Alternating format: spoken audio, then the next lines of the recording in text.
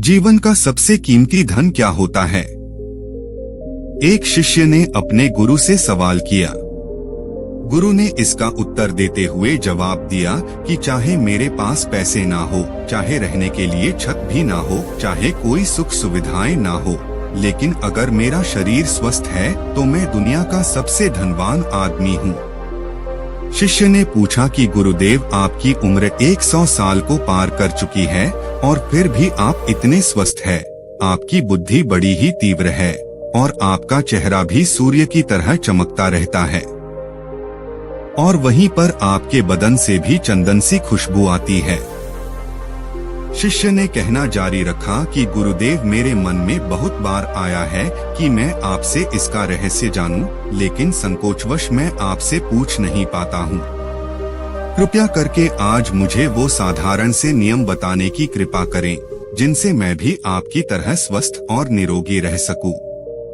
नियम अगर आसान होंगे गुरुदेव, तो उसका अनुसरण मेरे माता पिता भी कर पाएंगे, क्योंकि वो बूढ़े हो चुके हैं और वो बहुत जटिल प्रक्रिया नहीं अपना पाएंगे। कृपया करके साधारण से तरीके बताना ताकि कोई भी ग्रस्त आदमी उन नियमों का पालन कर सके।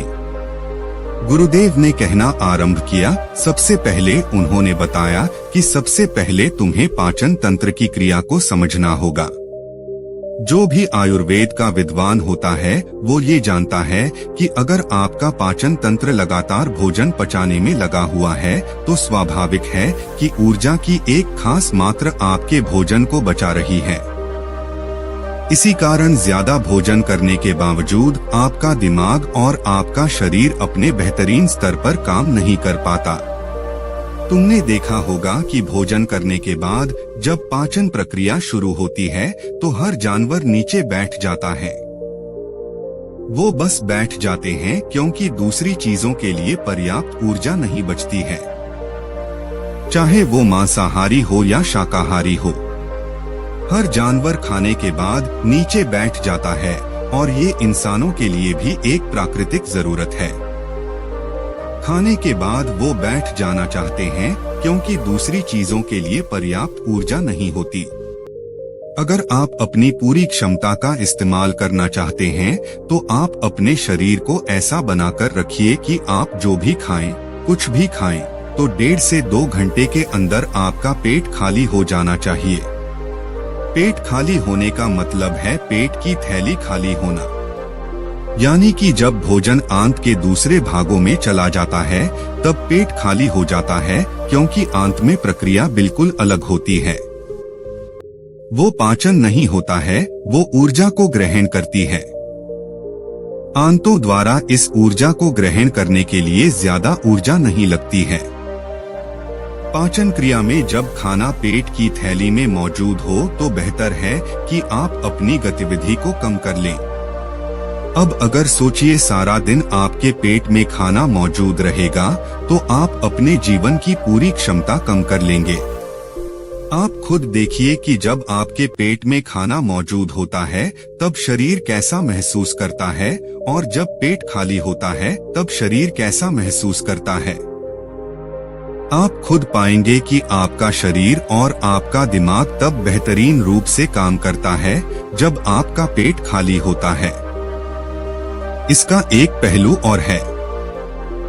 देखिए, हम सब जानते हैं कि हमारा शरीर हर समय नई कोशिकाएं बनाता रहता है और पुरानी कोशिकाएं खत्म करता रहता है, जिससे हमारे शरीर का शुद्धिकरण होता रहता है।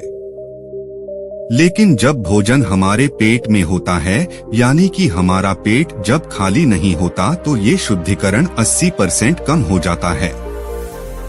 वो सारी गंदगी जो शरीर से अपने आप बाहर निकलती थी, अब वो निकलनी बंद हो जाएगी, जो कुछ समय बाद आपके लिए तरह तरह की समस्याएं पैदा करेंगी। देखिए, योग में पेट का हमेशा साफ रहना बहुत ही महत्वपूर्ण होता है। किसी भी पारंपरिक प्रणाली में अगर आप देखेंगे तो आप पाएंगे कि जब भी आप किसी आयुर्वेदिक डॉक्टर या किसी वैद्य के पास जाते हैं तो सबसे पहले वो आपके पेट की सफाई करते हैं, क्योंकि वो जानते हैं कि आपकी ज्यादातर समस्या पेट साफ ना होने की वजह से ही है। सिर्फ एक दिन के लिए अपने पेट को पूरी तरह से साफ करने के बाद महसूस करें कि आपको कैसा महसूस होता है। आप अपने अंदर बहुत हल्का और सुंदर महसूस करेंगे। हर दिन आपको इसी तरह महसूस होना चाहिए। आमतौर पर पारंपरिक रूप से घी को पहले निवाले के रूप में खाया जाता है। घी एक चिकनाई वाला पदार्थ है जो पूरी आहार नली को चिकनाई देता है। आपको सबसे पहले इसे ही खाना चाहिए ताकि यह भोजन के प्रवाह को आसान बना दे।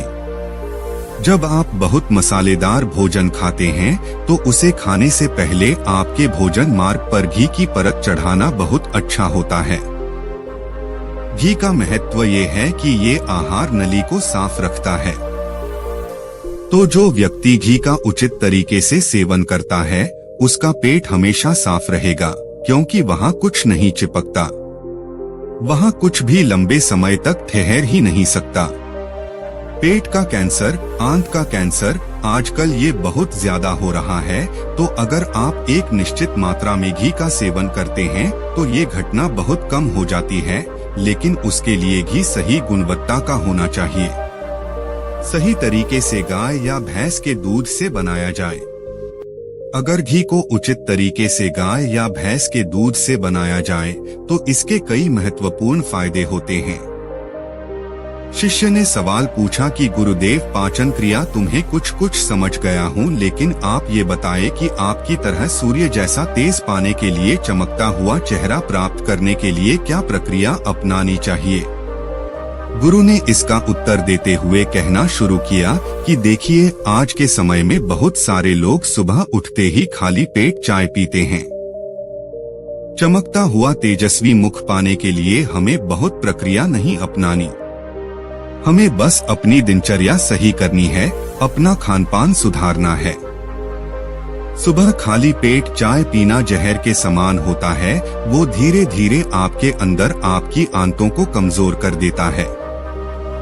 पेट में धीरे धीरे एसिडिटी होने लगती है और अपने आप मन और मस्तिष्क सुस्त पड़ते जाते हैं।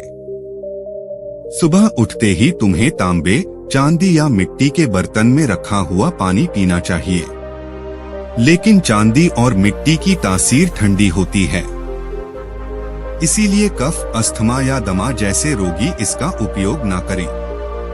रात में आपने चांदी, तांबे या मिट्टी के बर्तन में पानी रख दिया और सुबह खाली पेट बिना दांतुन किए हुए उसे पी लिया। शिष्य ने सवाल किया कि गुरुदेव, बिना दांतुन किए हुए अगर हम वो पानी पिएंगे तो हमारा बासी थूक हमारे अंदर ही चला जाएगा।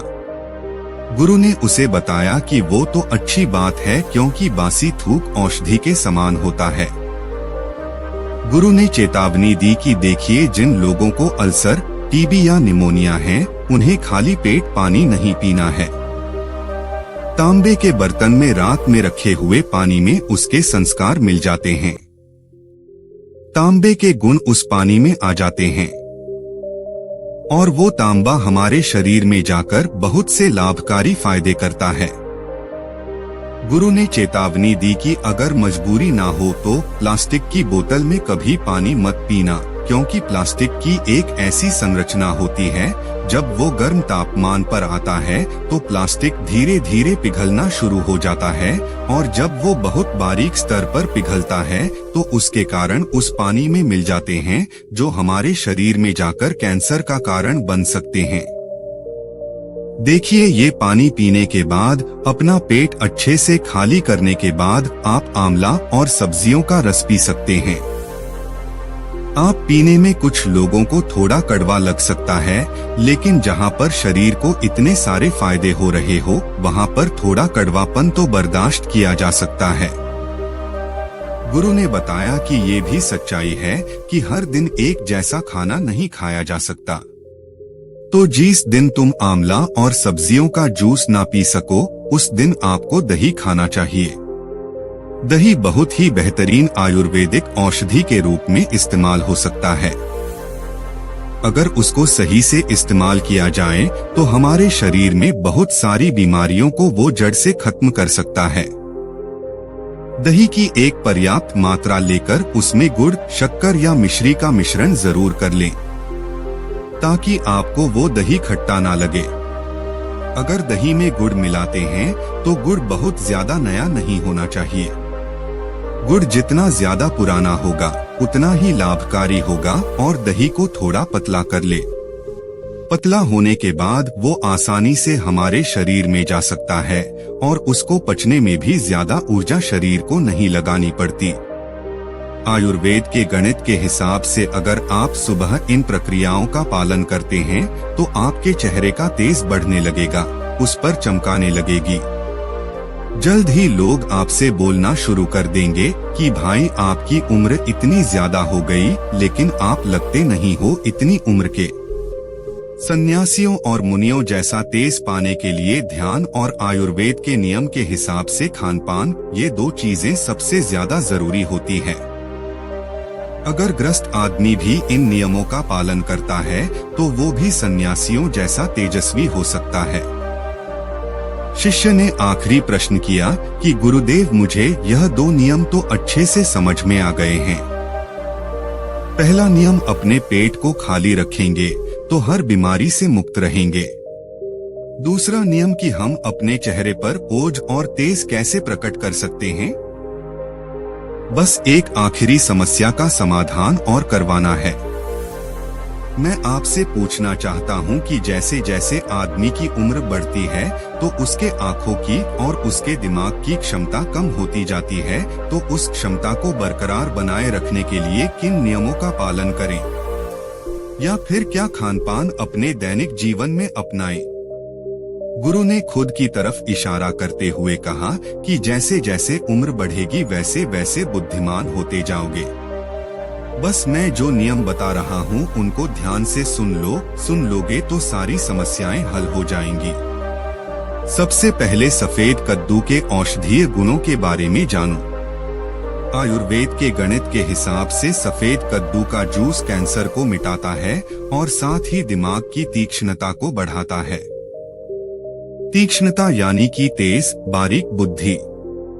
लेकिन ये समझ लेना कि सफेद कद्दू का जूस ठंडा होता है, इसीलिए अस्थमा और जिनको सर्दी जल्दी पकड़ लेती हो ऐसे लोगों को सफेद कद्दू के जूस का सेवन नहीं करना है।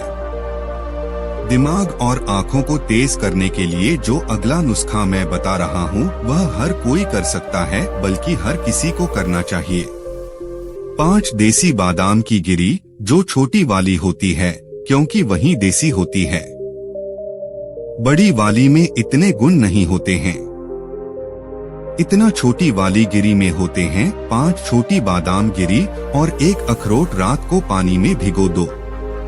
सुबह उनके छिलके उतारो और उन्हें किसी पत्थर के खरल में, याद रखना पत्थर का खरल किसी ऐसे वैसे बर्तन में नहीं, क्योंकि इससे उसकी गुणवत्ता खत्म हो जाती है।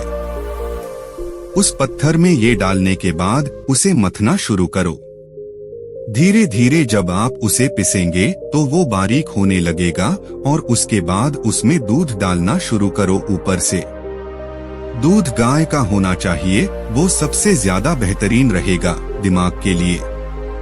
इस्तेमाल करने को भैंस या बकरी का भी कर सकते हैं, लेकिन गाय का दूध सबसे ज्यादा महत्वपूर्ण हो जाता है।